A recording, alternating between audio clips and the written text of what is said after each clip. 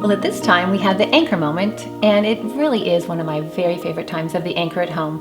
The anchor moment's a time we get to hear from a special guest a little bit about their life, about their faith journey, and about an anchor moment. And an anchor moment is a time that your faith has been grounded, where you've really seen Jesus to be real in your life. He's been your anchor.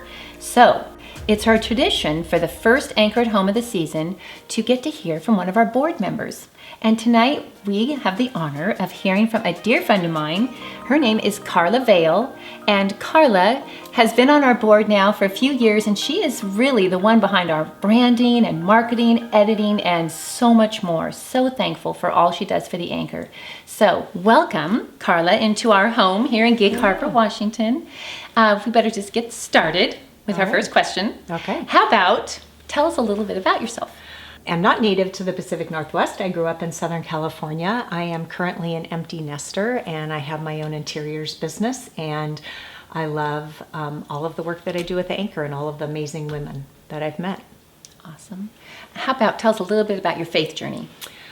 I feel really fortunate that I was raised in a Christian household. So I grew up going to church. I go to a different type of church now than I did when I was growing up, but I really grew up with the fundamentals of the Christian faith. And so that's really been something that's been woven through my adult life. During college and following college, I did a lot of exploring to learn whether I was a Christian kind of by osmosis, or if this was a personal choice I made for myself. And I really rededicated myself to the faith after really discovering that this is truly at core who I am. Very cool. And so now we'd like to hear about an anchor moment that you've had in your life. Yeah, I would love to share this story. I've told quite a few people about this. This is one of those times where I really felt like my Creator was really present in every moment. So 2-minute backstory, a very, very, very dear friend of mine lost her husband in a ski accident. And following that really turbulent time in her household, her son, who was an only child, really kind of his life took a little bit of a wrong direction. And there came a time where she made the decision that he was going to have to go away to a boarding school. And the boarding school was in another state. And so she and I had arranged for a transport company to come to her house in the middle of the night to actually pick up her son, who was not aware that he was going to be leaving to go away to finish high school at this boarding school, which is out of state. And I really learned a lot about how that whole process works.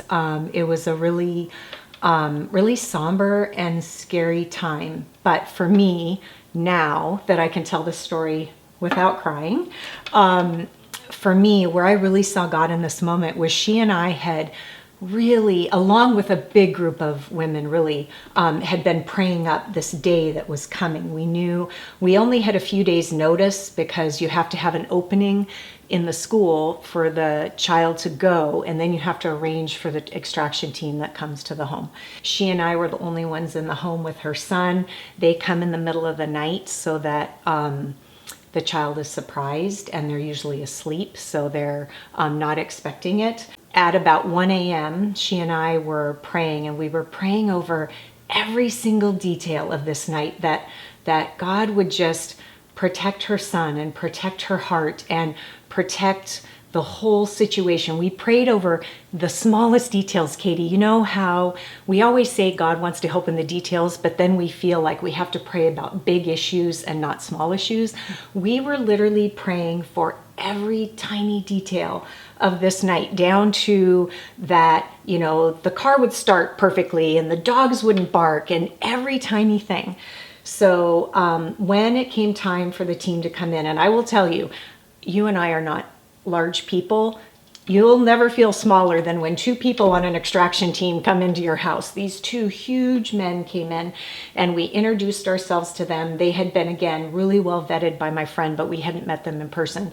And we had everything lined up. And as soon as they got there, I had to get the 2 dogs in the car so they wouldn't bark. And the car was in the driveway because we were supposed to leave after she introduced her son to them. And we were going to pull away because we were not supposed to be there when they walked out of the house, so that There's no cajoling on the part of the child. It's less traumatic for the parent if the child is struggling.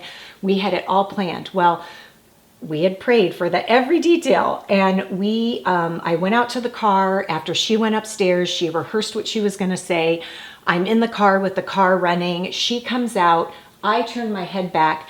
Their giant SUV, which looked like what the president arrives in, had blocked the driveway, and there was no way to get the car out. I couldn't have gotten around it there wasn't even driving over the lawn. There was no way to get around. And we were both panicked in that moment because we had prayed that everything would go perfectly, and what were we going to do? Now her son was going to walk out the door and he would see us in the car, and that would be terrible. And the really amazing thing is that when they walked out the door with him, he was very calm, and we both had expected that he would be fighting it and panicking, and he was very calm as he walked out. And we had put her down under a blanket so he wouldn't see her and want to talk to her. And he walked out, and he and I caught eyes, and then he continued to get in the truck, and we both were amazed that he went so quietly.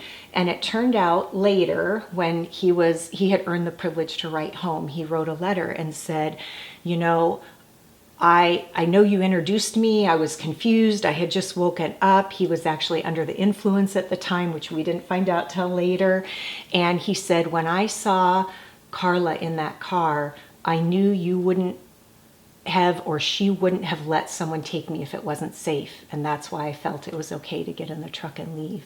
And if that SUV hadn't been parking the driveway, we would have driven and been all the way around the corner and not there. So to me, that's one of those moments, Katie, where you pray for everything to go a certain way, and God's way is a different way. Well, so tell us, how did it turn out for him? So that's actually also really a God story, Katie, because he was out of state in the school for 15 months. He graduated high school while he was there, and he was just recently accepted on a scholarship to Seattle University, and he has been clean for, I think it's 3 years in August now. Yeah. Well, I just love this story and just that little detail Yeah. of seeing you in the driveway in the car. Yeah. Was that little moment for him of, okay, he can trust what's going on, but that God ordained that is pretty amazing.